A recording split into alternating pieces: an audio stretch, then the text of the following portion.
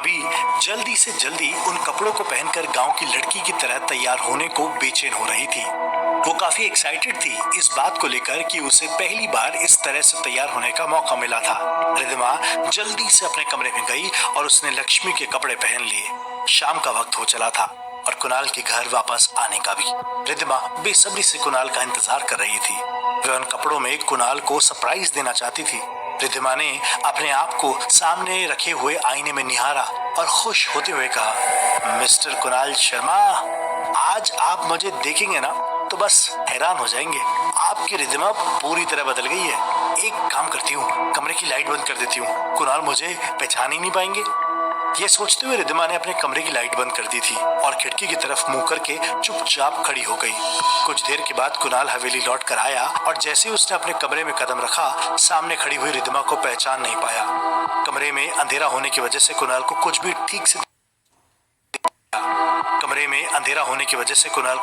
ठीक से दिखाई नहीं दे रहा था। बस उसे इतना समझ में आ रहा था कि शायद वहां पर गांव के कपड़े पहने हुए कोई लड़की खड़ी है। और जहां तक कुणाल को पता था, उस हवेली में सिर्फ एक लक्ष्मी ही थी जो इस तरह के कपड़े पहना करती थी। और यही सोचकर कुणाल ने पूछा, लक्ष्मी, तुम यहाँ क्या कर रही हो? और रिद्धिमा? बदले में रिद्धिमा ने कोई जवाब नहीं दिया। वह बस कुणाल के साथ शरारत करना चाहती थी। वह जानना चाहती थी कि कुणाल उसे पहचान पाएगा भी या नहीं, और इसलिए रिद्धिमा ने जानबूझकर लक्ष्मी की तरह लंबा घूंघट ओढ़ लिया था। जब रिद्धिमा की तरफ से कोई जवाब नहीं दिया तो कुणाल को अचानक से याद आया, अच्छा समझ गया, शाम के वक्त तुम मौन व्रत कर लेती हो, किसी से बात नहीं करती हो। चलो कोई बात नहीं, लेकिन फिर भी तुम इस वक्त यहाँ पर? रिद्धिमा ने इस बार पलटकर कुणाल की तरफ देखा, लेकिन चेहरे पर लंबा घूंघट होने की वजह से कुणाल अभी भी उसे पहचान नहीं पाया था। रिद्धिमा जैसे ही चलकर कुणाल की तरफ आने लगी, कुणाल ने फिर से पूछा, तुम लक्ष्मी हो ना? कुणाल की आवाज में हल्की सी घबराहट थी। रिद्धिमा तब तक आगे बढ़कर कुणाल के पास आ चुकी थी। यह देखकर कुणाल घबरा गया और उसने अपने कदम पीछे की तरफ खींच लिए, लेकिन तब तक रिद्धिमा ने शरारत के साथ आगे बढ़कर कुणाल को कसकर गले लगा लिया।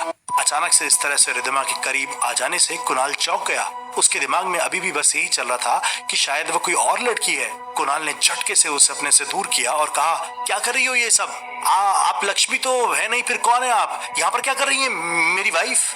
कुणाल की हालत देखकर रिद्धिमा को जोर जोर से हंसी आ गई और उसने झटके से अपने मुंह का घूंघट हटा दिया। कुणाल, मैं रिद्धिमा हूँ, तुम तो डर गए यार। रिद्धिमा को उन कपड़ों में देखकर कुणाल भी जोर जोर से हंसने लगा।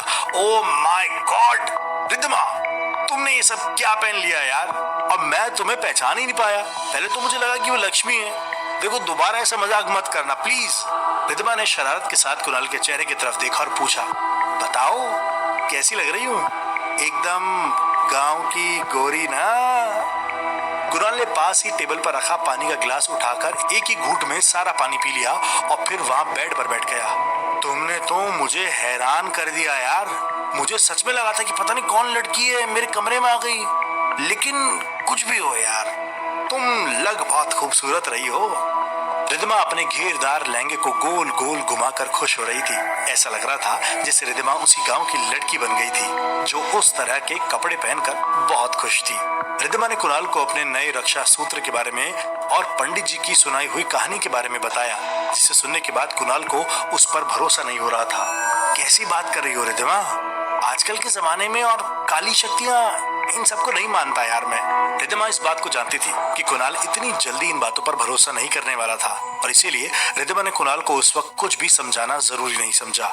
लेकिन रिद्धिमा ने कुणाल को वह सारी बातें बताई जो पंडित जी ने बताई थी और कुणाल को भी अनजान लोगों से सावधान रहने के लिए कहा। कुणाल ने रिद्धिमा को बताया, जानती हो ना रिद्धिमा, मेरे दादाजी भी एक मंदिर में बहुत बड़े पुजारी थे। कुणाल की बात सुनकर रिद्धिमा ने आश्चर्य से पूछा, लेकिन कुणाल, पहले तो आपने कभी मुझे दादाजी के बारे में कुछ नहीं बताया। कुणाल ने अपने कपड़े चेंज करते हुए रिद्धिमा की बात का जवाब दिया। आज अचानक वो पंडित जी वाली बात चली ना तो याद आ गया। मैं बहुत छोटा था तब दादाजी ने एक मंदिर से अचानक गायब हो गए थे। रिद्धिमा ने हैरान होते हुए सवाल किया, गायब हो गए थे मतलब क्या हुआ था उन्हें? फिर कुणाल ने रिद्धिमा को अपने बचपन में हुई उस घटना के बारे में बताया, जिसकी वजह से कुणाल और उसके परिवार ने काफी परेशानियों का सामना किया था। कुणाल ने रिद्धिमा को बताया कि उसके दादाजी एक मंदिर में पुजारी हुआ करते थे और एक दिन अचानक से वे बिना किसी को कुछ बताए घर से कहीं चले गए। कुणाल के परिवार ने उन्हें ढूंढने की बहुत कोशिश की थी, लेकिन उनका कभी कोई पता नहीं चला। ये जानने के बाद रिद्धिमा काफी हैरान हो गई थी। लेकिन कुणाल ऐसे कैसे वो घर छोड़कर चले गए थे? मेरा मतलब कोई तो वजह रही होगी। कुणाल ने उदास होकर कहा, पता नहीं। दादाजी के जाने के बाद कुछ दिन बाद ही दादी की मौत हो गई थी और उसके बाद पापा ने भी कभी उनके बारे में मुझसे कोई बात नहीं करी थी। कुणाल की बात सुनकर रिद्धिमा भी काफी सीरियस हो गई थी, क्योंकि कुणाल अपने पापा को बहुत याद किया करते थे।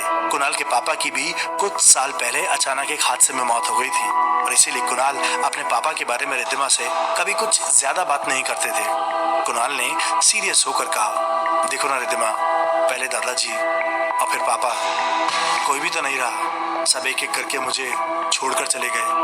कुणाल काफी इमोशनल हो गया था। रिद्धिमा ने कुणाल का हाथ पकड़कर उसका मूड ठीक करने की कोशिश की। जाने दो ना कुणाल, और जानते हो ना, मुझे तो ये सब जानकर बहुत अच्छा लग रहा है कि मेरे हस्बैंड किसी बहुत बड़े ज्ञानी पुजारी के पोते हैं। रिद्धिमा ने ये बात कुछ इस अंदाज में कही कि कुणाल को अपने आप ही हंसी आ गई। कुणाल ने मुस्कुराते हुए रिद्धिमा से पूछा, अच्छा वो सब तो ठीक है, लेकिन ये बताओ डिनर का क्या इंतजाम है? कुणाल के सवाल पर रिद्धिमा ने उससे बताया कि रुक्मा देवी जी ने उन दोनों का खाना बना लिया था। यह सुनकर कुणाल ने थोड़ा परेशान होते हुए पूछा, लेकिन हम कब तक उनके घर में खाना खाते रहेंगे यार? कुणाल की बात पर रिद्धिमा ने उसे बताया, परेशान मत हो कुणाल, बस कल हम अपनी किचन अच्छे से सेट कर लेंगे और उसके बाद तुम रोज मेरे हाथ का खाना खाया करोगे। तभी अचानक से किसी के दरवाजा खटखटाने की आवाज सुनकर कुणाल अपनी जगह से उठकर खड़ा हुआ और उसने जैसे ही दरवाजा खोलकर देखा, लक्ष्मी अपने हाथ में खाने की थाली लेकर खड़ी हुई थी। लक्ष्मी के चेहरे पर अब भी वही लंबा घूंघट था और शाम का वक्त हो गया था, इसलिए वह कुछ बोल भी नहीं रही थी। उसने बस इशारे में कुणाल को वह थाली लेने के लिए कहा। कुणाल ने धीरे से लक्ष्मी से कहा, थैंक यू लक्ष्मी, और रुक्मा जी को कहना कि कल से हम अपने खाने का इंतजाम खुद कर लेंगे, उन्हें परेशान होने की जरूरत नहीं है। कुणाल की बात सुनकर लक्ष्मी ने धीरे से अपनी गर्दन हिला दी, लेकिन कुणाल ने एक बात नोटिस की। जब कुणाल ने लक्ष्मी के हाथ से खाने की थाली ली तो लक्ष्मी ने धीरे से कुणाल के हाथ को छू लिया। कुणाल को लक्ष्मी का इस तरह से अपने हाथ को छूना पता नहीं क्यों अजीब सी फीलिंग दे रहा था। कुणाल का दिल बार बार उससे कह रहा था शायद लक्ष्मी ने जानबूझकर किया था, लेकिन कुणाल अपने मन को समझाने की कोशिश कर रहा था। आखिर लक्ष्मी ऐसा क्यों करेगी? वो गांव की मासूम सी लड़की है, जरूर मुझे कोई गलतफहमी हुई है, मुझे उसके बारे में ज्यादा नहीं सोचना चाहिए। कुणाल को इस तरह अपने ख्यालों में गुम देखकर रिद्धिमा ने उससे पूछा, अरे क्या हुआ कुणाल, क्या सोच रहे हो? लक्ष्मी थी ना वहां पर, कुछ कहा क्या उसने? अरे रात को तो वो वैसे भी किसी से कहाँ बात करती है। कुणाल ने खाने की थाली टेबल पर रख दी और फिर रिद्धिमा की तरफ पलट कर देखा। लक्ष्मी कुछ अजीब नहीं लगती, मेरा मतलब उसकी हरकतें? रिद्धिमा ने हंसते हुए जवाब दिया, हाँ कुणाल लगता तो है, लेकिन मुझे लगता है गांव की रहने वाली है, शायद इसीलिए हमें उसकी हरकतें थोड़ी अलग सी लगती है, वरना वो बहुत अच्छी है। इस वक्त भी दो आंखें कुणाल और रिद्धिमा के कमरे के बाहर से झांक कर उन्हें देख रही थी और उनकी सारी बातें सुन रही थी।